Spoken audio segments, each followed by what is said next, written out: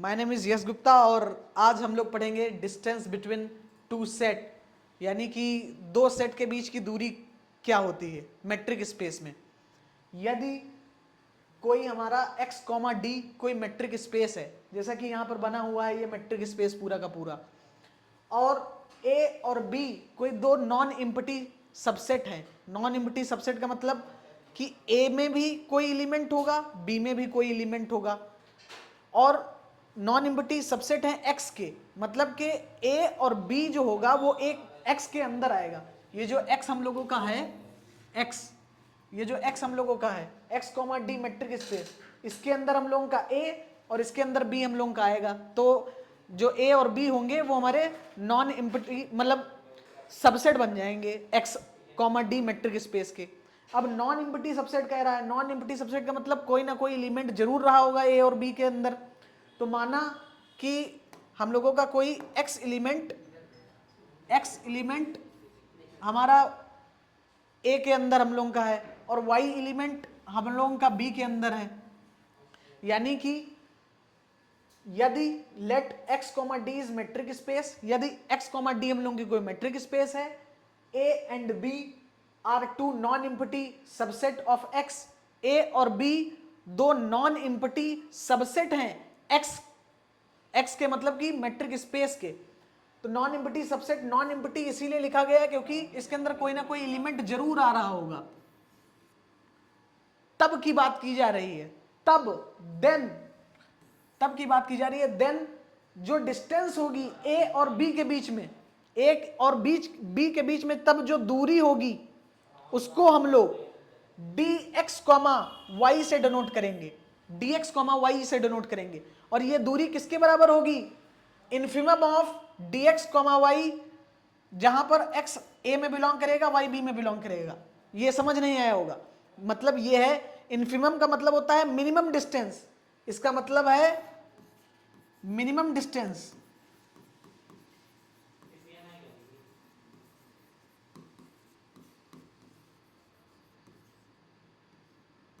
Minimum distance इसका मतलब है, मतलब कि x और y जो दो एलिमेंट के बीच की दूरी है उसका जो इन्फिमम होता है, यानी कि x और y के बीच में डिस्टेंस कितनी है, ये x और y के बीच की दूरी है, और x एलिमेंट a के अंदर है और y एलिमेंट b के अंदर है। तो जो मिनिमम दूरी है, मिनिमम डिस्टेंस है x और y के बीच में, यानी कि मान लो मिनिमम डिस्टेंस क्या होगी, यहां से लेकर के यहां तक की जो दूरी है, ये जो मिनिमम डिस्टेंस है इसी को हम लोग बोलते हैं डिस्टेंस बिटवीन टू सेट। यही है, क्योंकि देखिए यहां पे लिखा है let x, d metric space. अगर x, d कोई मैट्रिक स्पेस है, a और b उसके दो नॉन इम्पटी सबसेट हैं, तब जो दूरी होगी a और b के बीच में, वो जो दूरी होगी a और b के बीच में, जो कि बराबर होगी इन्फिमम जो दूरी होगी a और b के बीच में। यहां पे एक गलती हुई है, क्योंकि यहां पे x, y नहीं होना चाहिए, क्योंकि x, y तो अंदर लिखा हुआ है, यहां पे होना चाहिए, यहां पे हम लोगों का a और b होना चाहिए। ये गलत हुआ है, करेक्शन कर लेना, क्योंकि तभी तो होगा। a और b के बीच की दूरी की हम लोग यहां पर बात करें, डिस्टेंस बिटवीन टू सेट, दो सेट a और b हैं, ना कि x और y, वो तो एलिमेंट हैं a और b के बीच के। तो जो दूरी होगी a और b के बीच में वो इन्फिमम होगी, मतलब कि मिनिमम डिस्टेंस होगी, वो मिनिमम डिस्टेंस जो x, y के बीच में आ रही हो, x और y के बीच में जो मिनिमम डिस्टेंस आएगी वही हम लोग की होगी डिस्टेंस बिटवीन टू सेट। तो ये बात आपको समझ में आ गई होगी। और इसके बाद एक बहुत इंपॉर्टेंट नोट पॉइंट है, नोट पॉइंट ये है कि if phi is empty set then a phi is infinity.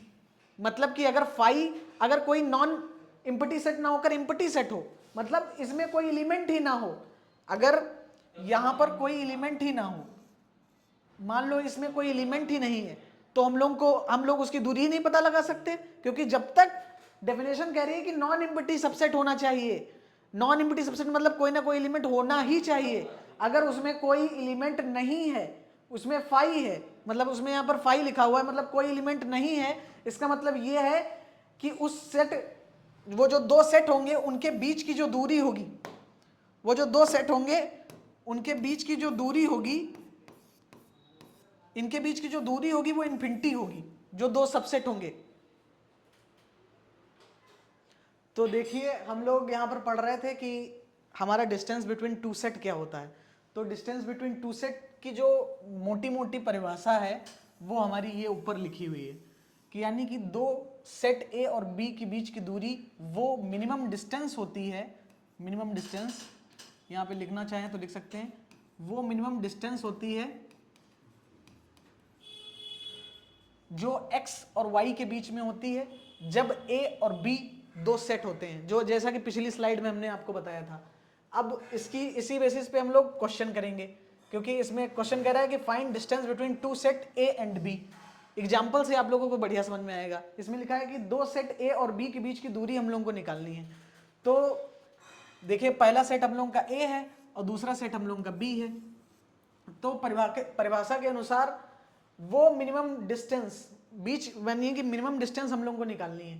तो इन दोनों सेट में मिनिमम डिस्टेंस क्या हो सकती है, मतलब कि मिनिमम डिस्टेंस कब हो सकती है? मिनिमम डिस्टेंस तब हो सकती है जब हम लोग सेट ए का वन एलिमेंट लें, मतलब ये वाला एलिमेंट हम लोग ने लिया सेट ए का, और सेट बी का हम लोग सेट बी का भी वन ही एलिमेंट लें, मतलब कि जो ये वाला एलिमेंट है ये वाला इसमें लें और यही वाला इसमें लें, तभी तो मिनिमम डिस्टेंस हम लोगों की होगी। अगर हम लोग ये वाला नहीं लेंगे तो मिनिमम डिस्टेंस होगी नहीं, तो हमारी जो डेफिनेशन है वो इनकम्प्लीट रह जाएगी। तो अब अगर हम लोग यहाँ पर अगर डिस्टेंस निकालें, distance between two set A comma B, तो ये कितनी निकल के आएगी? 0, क्योंकि भाई जब उनके बीच में जो मिनिमम डिस्टेंस है सेट के बीच के एलिमेंट की वो हमारी 0 है, 1 है, 0 है, तो जो डिस्टेंस बिटवीन ए और बी होगी वो तो हमारी 0 ही होगी। ऐसा होना भी चाहिए। हमें पता है कि आपको समझ में नहीं आया होगा, लेकिन हम आपको समझाकर ही मानेंगे। तो देखिए मतलब कि यहां पर ये 0 कैसे आ गया आपको समझ में नहीं आया होगा, लेकिन इसके आने के पीछे का कारण ये है कि अगर मान लीजिए अगर हम लोग डिस्टेंस फॉर सपोज ये 0 ले लें और ये हम लोग 2 ले लें, समझते रहे ना। तो देखो ये जो डी ए बी के अंदर कौन कौन से सेट आ सकते हैं? डी ए बी के अंदर हम लोगों का क्या क्या आ सकता है? डी ए बी के अंदर हम लोगों का डी 0,1 आ सकता है, 0,1 आ सकता है, डी 0,2 आ सकता है, 0,2 आ सकता है, और क्या आ सकता है? 0,1 आ गया, 0,2 आ गया, 1,1 आ सकता है, 1,1 आ सकता है। एक एलिमेंट इसका एक उसका। अब 1,2 आ सकता है, मतलब कि यहां पर डी लगाएगा, यहां पे डी लगेगा, ठीक, ये डी है। एक सेकंड रुक जाइए, सही सब कीचड़ पिचड़ हो गया।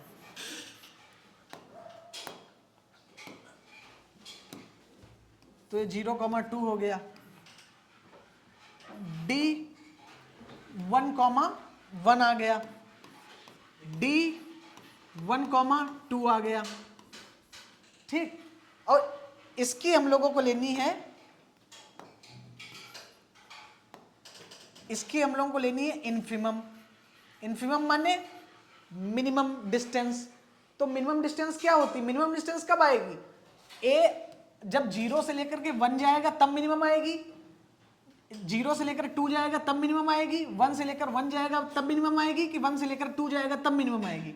डिस्टेंस तो हम लोगों की तभी मिनिमम आएगी जब डी हम लोगों का 1 से लेकर 1 पर जाएगा, और यानी कि डी ए कॉमा बी जो होगा वो हमारा किसके बराबर आएगा? डी 1,1।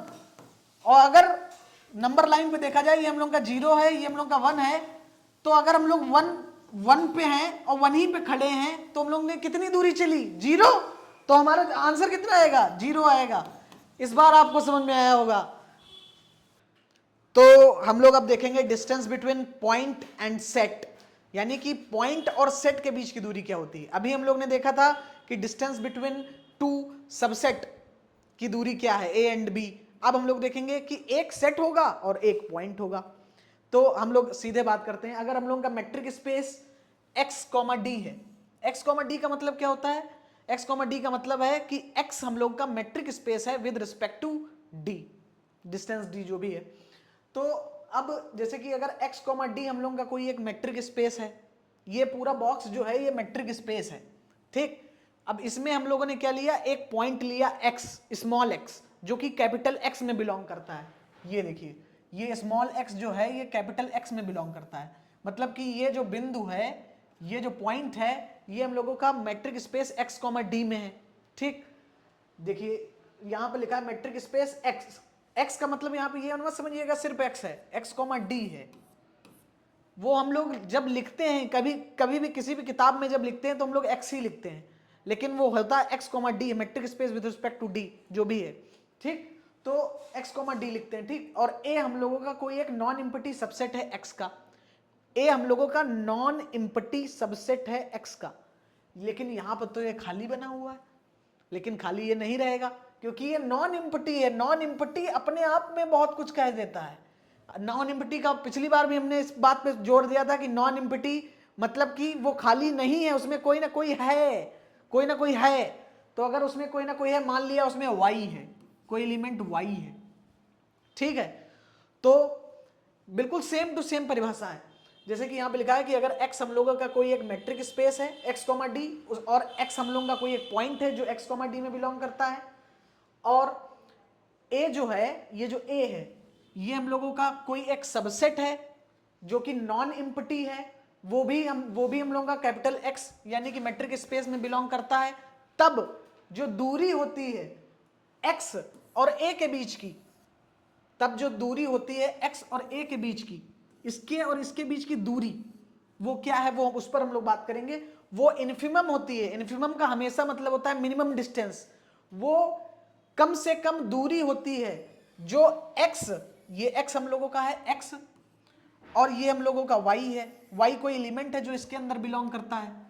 x और y के बीच की मिनिमम डिस्टेंस होती है, मतलब कि इनके बीच की जो कम से कम दूरी हो, x और y के बीच की कम से कम दूरी हो। जैसा कि वहां पर कॉन्सेप्ट था, दो सेट के बीच में लगा था कि दो सेट हम लोगों के, दो सेट के बीच में मिनिमम डिस्टेंस हो, लेकिन यहां पर एक पॉइंट है और एक सबसेट है। तो एक पॉइंट और एक सबसेट के बीच में जो दूरी होती है मिनिमम, वो जो मिनिमम दूरी होती है, उसी डिस्टेंस को हम लोग distance between point and set कहते हैं। और इसकी दो महत्वपूर्ण बातें, नोट पॉइंट जो बहुत जबरदस्त नोट पॉइंट है, ये हमेशा यानी कि कभी कभी क्वेश्चन के रूप में पूछ लेता है, कभी कभी ऐसे ही पूछ लेता है। तो वो ये लिखे हुए हैं कि यदि x हम लोगों का a में बिलोंग करता है, यानी कि x कोई एलिमेंट है a में बिलोंग करता है, ठीक है। अब then dx, a is equal to 0। इसका मतलब क्या हुआ, मतलब कि अगर x हम लोगों का a में बिलोंग करता है, ठीक, और x अगर हम लोगों का a में बिलोंग करता है, यहां पे x हम लोगों का a में बिलोंग कर रहा है, और ये जो a है, डिस्टेंस बिटवीन a जो हम लोगों का लिखा हुआ है, ये यहां पे हमको लगता है गड़बड़ है।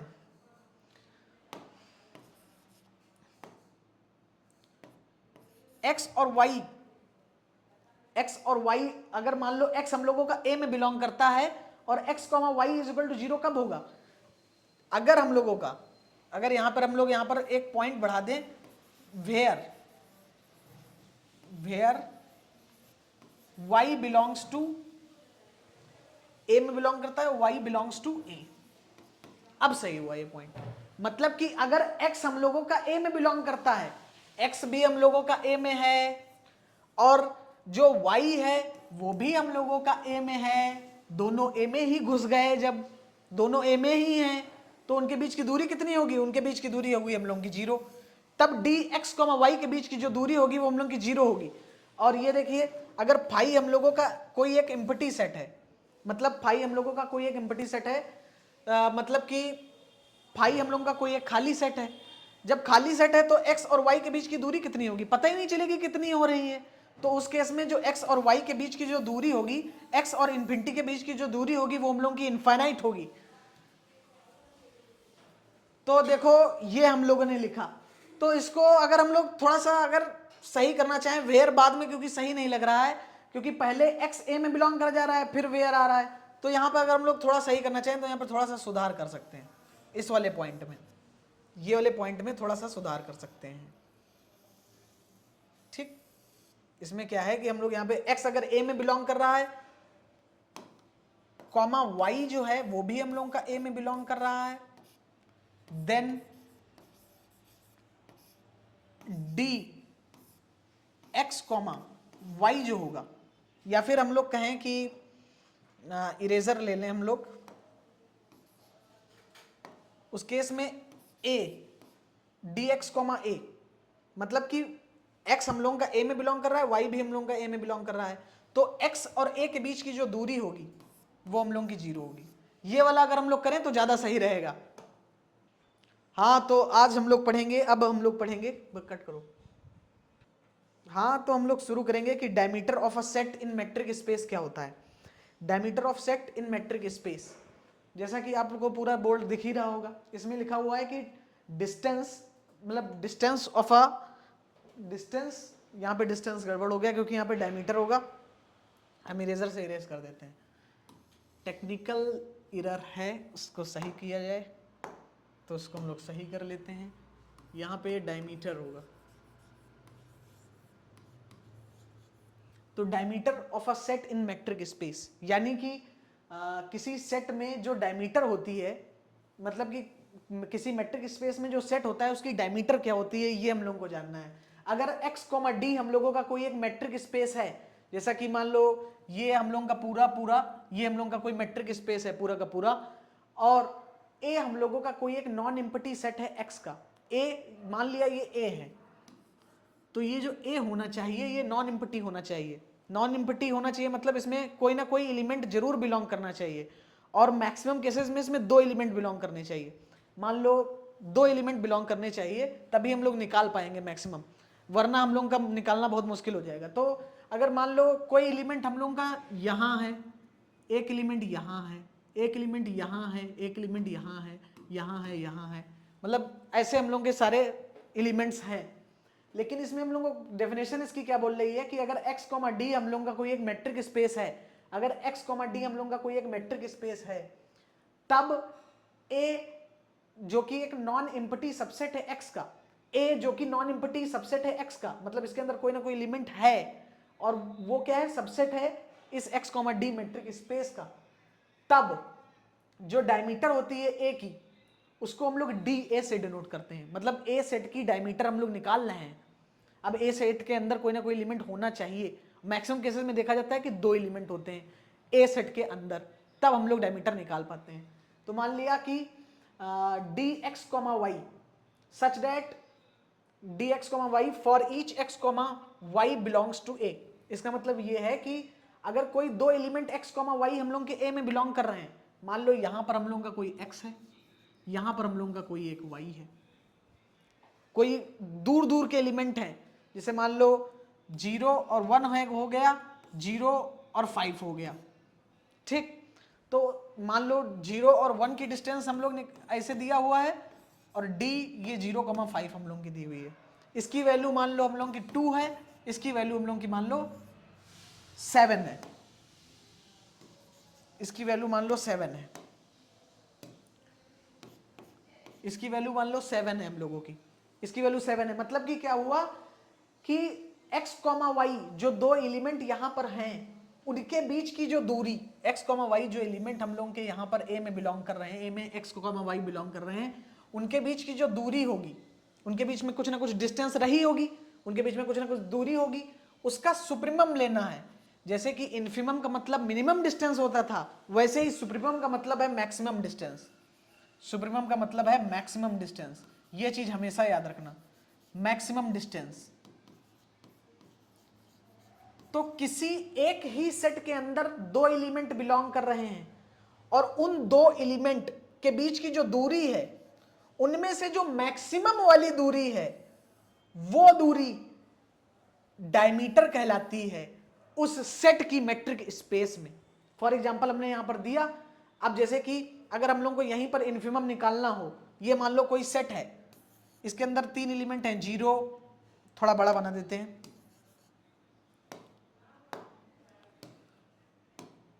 मान लो ये हम लोगों का कोई सेट है, इसके अंदर कोई 3 एलिमेंट हैं, 0 है, 1 है, मतलब और ये 5 है, ठीक।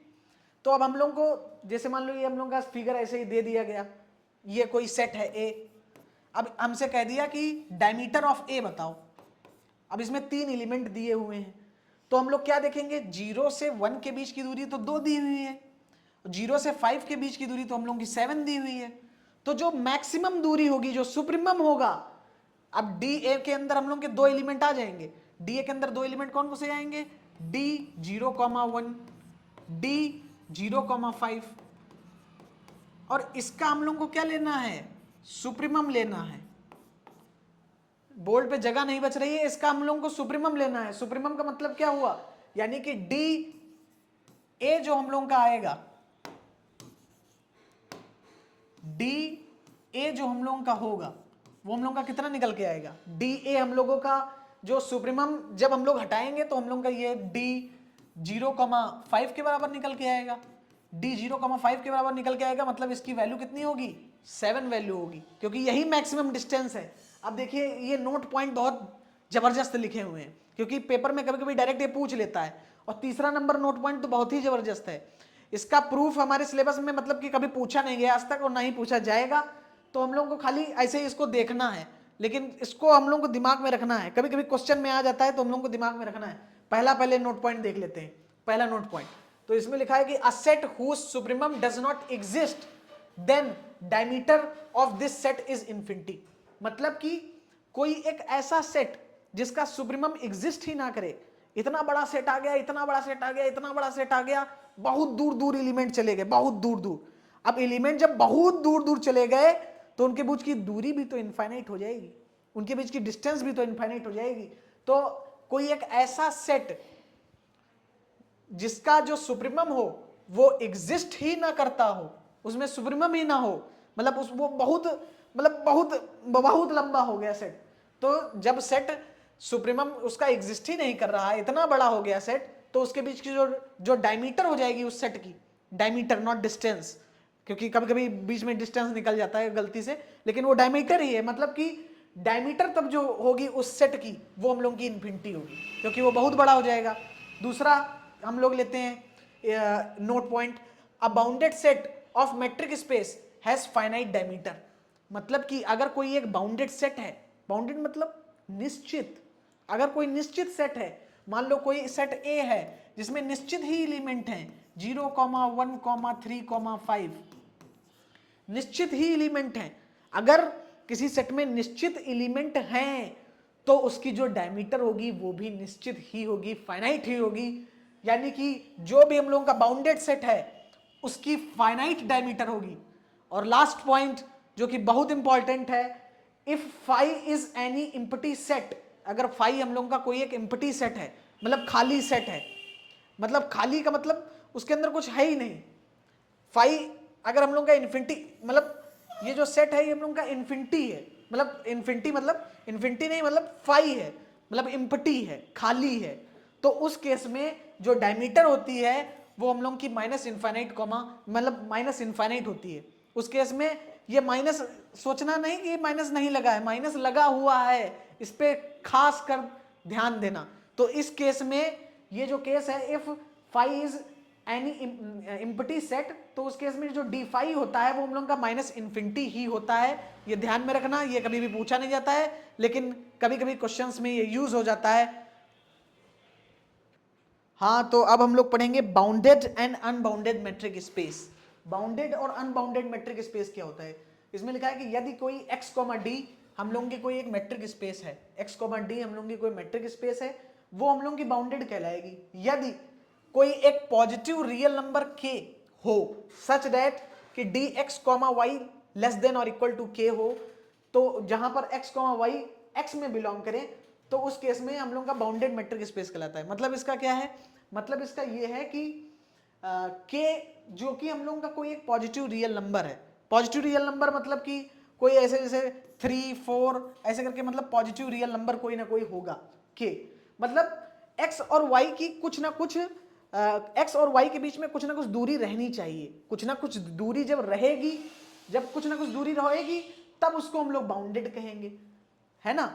और अगर इनके बीच की दूरी ही ना रह जाए, ये k एक पॉजिटिव नंबर है, मतलब कुछ ना कुछ दूरी पॉजिटिव में होगी ना, और अगर इसके बीच की दूरी जब रह ही नहीं जाएगी तो ये बाउंडेड नहीं रह जाएगा। बाउंडेड माने होता है बंधा हुआ, मतलब कि निश्चित, जिसकी मतलब निश्चित मतलब होता है। तो k अगर पॉजिटिव रियल नंबर है, अगर k पॉजिटिव रियल नंबर है तो इसका मतलब ये है कि इस dx, y के बीच की कुछ ना कुछ एक निश्चित दूरी होगी, और निश्चित दूरी होगी तो बाउंडेड कहलाएगा, अन्यथा वो अनबाउंडेड कहलाएगा, अनबाउंडेड मैट्रिक स्पेस। यदि इफ देखिए if metric space is not bounded then is unbounded, then it is unbounded. अगर मैट्रिक स्पेस हम लोगों की बाउंडेड नहीं है तो वो हम लोगों की अनबाउंडेड होगी। अब इसके बाद हम लोग समझेंगे कि ओपन मतलब कि ओपन सेट और क्लोज सेट हम लोगों का क्या होता है, मतलब open sphere and close sphere हम लोगों का क्या होता है। तो पहले हम लोग समझेंगे कि ओपन स्फेयर क्या होता है, और फिर इसके बाद समझेंगे कि क्लोज स्फेयर हम लोगों का क्या होता है। ये सबसे समझ लो इंपॉर्टेंट कॉन्सेप्ट में से एक है, तो वो हम लोग समझेंगे। इसमें लिखा है कि यदि x, d एक मैट्रिक स्पेस है, x, d कोई मैट्रिक स्पेस है, मान लिया x, d कोई मैट्रिक स्पेस है, जैसे कि ये बड़ा बड़ा हम लोग ने बना दिया है x, d मैट्रिक स्पेस, और x नॉट कोई एक पॉइंट है, कोई एक पॉइंट, अभी कुछ बताया नहीं, तो कोई एक पॉइंट यहां पर हम लोग ने मान लिया, अभी कुछ किया नहीं, x नॉट कोई पॉइंट है जो x में बिलोंग करता है, x का कोई पॉइंट है, x, d मैट्रिक स्पेस का कोई पॉइंट है, और r हम लोगों की r जो है वो एक पॉजिटिव रियल नंबर है। पॉजिटिव रियल नंबर जो पॉजिटिव संख्या में आते हैं वही हम लोग के पॉजिटिव रियल नंबर्स होते हैं। जैसे 1 2 3 4 ऐसे करके आगे बढ़ा दोगे तो पॉजिटिव रियल नंबर्स हो जाएंगे। ठीक, तो सिर्फ अभी हमने इतना बताया कि x नॉट x में बिलोंग करता है और r हम लोगों का पॉजिटिव रियल नंबर है। Then open sphere whose centre is x naught, तब एक ओपन स्फेयर, एक स्फेयर होगा जिसका सेंटर x नॉट होगा। x नॉट सेंटर है, मध्य बिंदु है, सेंटर है x नॉट जिसका सेंटर होगा, और रेडियस जिसकी r होगी, यानी कि जो ओपन स्फेयर है उसका जो सेंटर है वो x नॉट है, और उसकी जो रेडियस है वो हम लोगों की r है। ये हम लोगों की जो रेडियस है ये हम लोगों की r है। ये ओपन स्फेयर है, सेंटर x नॉट और उसकी रेडियस r जो होगी उसको हम लोग डिनोट करते हैं इससे, एस आर एक्स नॉट से, इससे डिनोट करते हैं, मतलब डिनोट माने होता है दर्शाते हैं, इसको हम लोग इससे दर्शाते हैं। और उसकी मेन परिभाषा जो लिखी हुई है वो ये इस डिब्बे में लिखी हुई है, वो ये लिखी हुई है X R X naught. X R X naught क्या है वो ये बताएगा। एक्स आर एक्स नॉट जो है, जो ओपन स्फेयर है, वो उन पॉइंट्स का सेट है, उन पॉइंट्स का सेट है जो पॉइंट्स, जिन पॉइंट्स की रेडियस r से कम है। मतलब कि समझ नहीं पाए, मतलब कि x नॉट उन पॉइंट्स का, y x के उन पॉइंट्स का, मान लो x का कोई पॉइंट है, यहां पर y है, यहां पर कोई y पॉइंट है, तो उन पॉइंट्स का सेट है जिसे y है, जो y, इसमें एक कंडीशन भी है, y x में तभी, मतलब y x में तो बिलोंग करना ही चाहिए, और y की जो x नॉट से दूरी होनी चाहिए, उसके सेंटर से जो दूरी होनी चाहिए वो क्या होनी चाहिए, रेडियस से कम होनी चाहिए। मतलब समझे नहीं, क्योंकि ओपन स्फेयर की जो रेडियस थी वो हम लोगों की r थी, तो रेडियस r जो है उससे जब हम लोगों की कम डिस्टेंस होगी इस y वाले पॉइंट की, मान लो यहां पर कोई पॉइंट है, यहां यहां यहां यहां यहां यहां यहां यहां, मतलब यहां कहीं पे भी अंदर पॉइंट होगा तो उसकी जो डिस्टेंस होगी, रेडियस r जो होगी, मतलब कि उसके बीच की जो दूरी होगी x नॉट और y की जो दूरी होगी वो r से तो छोटी ही रहेगी ना, r के अंदर ही रहेगी ना। इसकी बाउंड्री की बात नहीं कर रहे हैं, इसके अंदर की बात कर रहे हैं। मतलब कि अगर y कोई पॉइंट जो है, हम लोग ने कोई पॉइंट रेंडमली इसका उठाया, तो कोई पॉइंट ऐसा उठा ले जो इस स्फेयर की रेडियस से छोटा हो, वो पॉइंट, उन पॉइंटों का जो सेट होगा, उन पॉइंट का जो कलेक्शन होगा, जो सेट बनाएगा, यहां यहां पर यहां यहां पर यहां यहां पर, ये पूरा पूरा पूरा सिर्फ बाउंड्री छोड़ करके ये जो पूरा उन पॉइंटों का सेट बनेगा, वो सेट ही हम लोगों का ओपन स्फेयर कहलाएगा। और अगर हम लोग क्लोज स्फेयर की बात करें, अगर हम लोग क्लोज स्फेयर की बात करें तो यहां पे मिटा दो, यहां पे क्लोज स्फेयर कर दो, क्लोज्ड कर दो, यहां पे क्लोज कर दो, और यहां पर सब चीजें सेम रहेंगी।